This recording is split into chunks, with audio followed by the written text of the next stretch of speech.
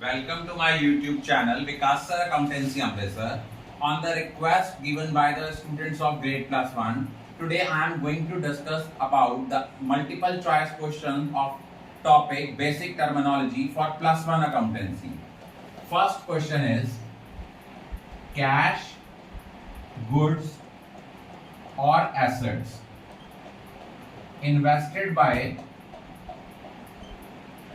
businessman in the business for earning profit is called. कि जो cash goods या asset businessman business में invest करता है उसको क्या कहते हैं? Options are assets, second is capital, third option is fixed assets and last option is none of these. अब देखो जो उसने क्या लिखा है, कैश भी लेके आ रहा है, गुड्स भी लेके आ रहा है और एसेट्स भी लेके आ रहा है. तो अकेले एसेट्स तो इसका आंसर हो नहीं सकता. अब जरूरी नहीं है वो एसेट्स जो है वो फिक्स्ड एसेट्स लेके आए, वो कैश भी लेके आ रहा है तो ये फिक्स्ड एसेट्स भी नहीं हो सकता, नन ऑफ दीज भी नहीं हो सकता. सो the correct option will B capital. Second question is the thing which is purchased and sold is called dash. जो चीजें हम बेचते हैं, खरीदते हैं और बेचते हैं उनको क्या कहते हैं? Option is machinery. मशीनरी आपको भी पता है, मशीनरी आपका एसेट है. सेकंड है फर्नीचर, फर्नीचर भी एसेट है. C goods and third option is debtors.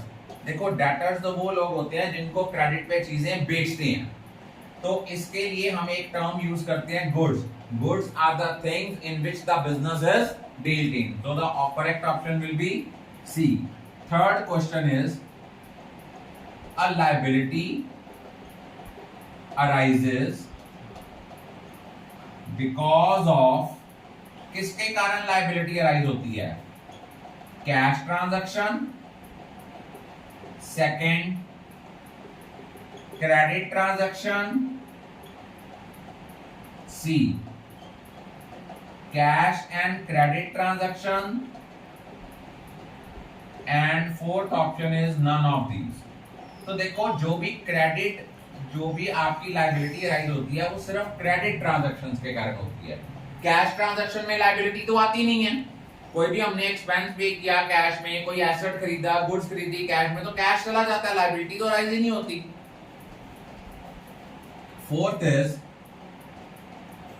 Unsold goods left at the end of accounting year is called. जो चीजें साल के एंड में बच जाती हैं उनको क्या बोलते हैं? Options are bad debt, third is closing stock, third option is opening stock and last is liability. मैंने जब भी आपको करवाया था स्टॉक की डेफिनेशन कराई थी, उसमें मैंने आपको कराया था कि स्टॉक की डेफिनेशन क्या होती है? Stock means the unsold portion of the goods dealt in at the end of accounting year. So here answer will be closing stock. Fifth question is the term sales is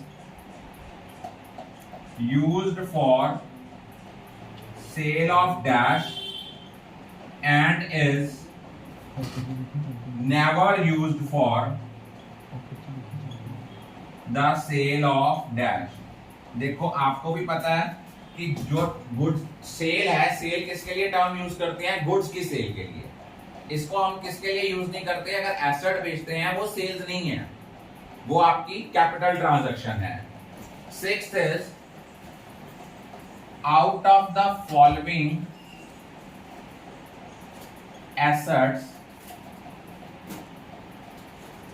which one is not and intangible asset. तो सबसे पहले हमें पता होना चाहिए intangible assets कौन से हैं।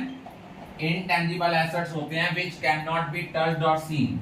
अब हमें ऑप्शन दिए हैं, ए ऑप्शन दी है पेटेंट्स, बी दिया है इन्वेस्टमेंट, सी दिया है हमें गुडविल और डी ऑप्शन हमें दी है ट्रेडमार्क। अब आपको पता है पेटेंट, ट्रेडमार्क, गुडविल ये सारे इंटेंजिबल एसेट हैं, तो कौन सा इंटेंजिबल एसेट नहीं है? Answer will be B, that is investment. Seventh question उन्होंने हमें दिया है, Vikas is a furniture dealer which one of the following will not be recorded। इनमें से बताओ कि कौन सी ट्रांजैक्शन है जो उसकी बुक्स में रिकॉर्ड नहीं होगी। नंबर ए ट्रांजैक्शन दी है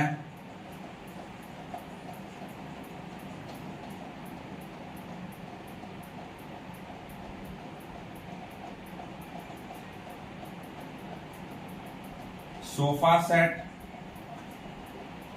worth ₹50,000 taken to his home. Second transaction दी है sale of household furniture for ₹11,000। C transaction दी है dining table of ₹10,000 given to his friend, and last option is purchase of timber ₹80,000। अब देखो sofa set वो ले गया अपने घर के लिए, ड्राइंग्स हैं तो ड्राइंग की एंट्री बुक्स ऑफ अकाउंट्स में रिकॉर्ड होती है। उसने अपने घर का फर्नीचर बेचा, ये उसकी पर्सनल ट्रांजैक्शन है, ये किताबों में रिकॉर्ड नहीं होगी। डाइनिंग टेबल वो उसने अपने फ्रेंड को दिया, ये भी ड्राइंग्स है, ये भी बुक्स ऑफ अकाउंट्स में रिकॉर्ड होगी। उसने टिम्बर परचेज किया, लकड़ी परचेज किया फर्नीचर बनाने के लिए, ये भी आएगा। उसके बाद लास्ट क्वेश्चन है द थिंग्स और properties which help for smooth functioning of business and are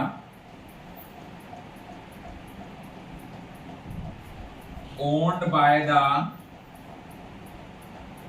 business are called dash of business। कहता है जो चीजें और प्रॉपर्टीज हमें बिजनेस की स्मूथ फंक्शनिंग में हेल्प करती हैं और वो बिजनेस की अपनी है, उनको क्या बोलते हैं? Simple answer is assets. तो I think all of you are clear about it. Thank you.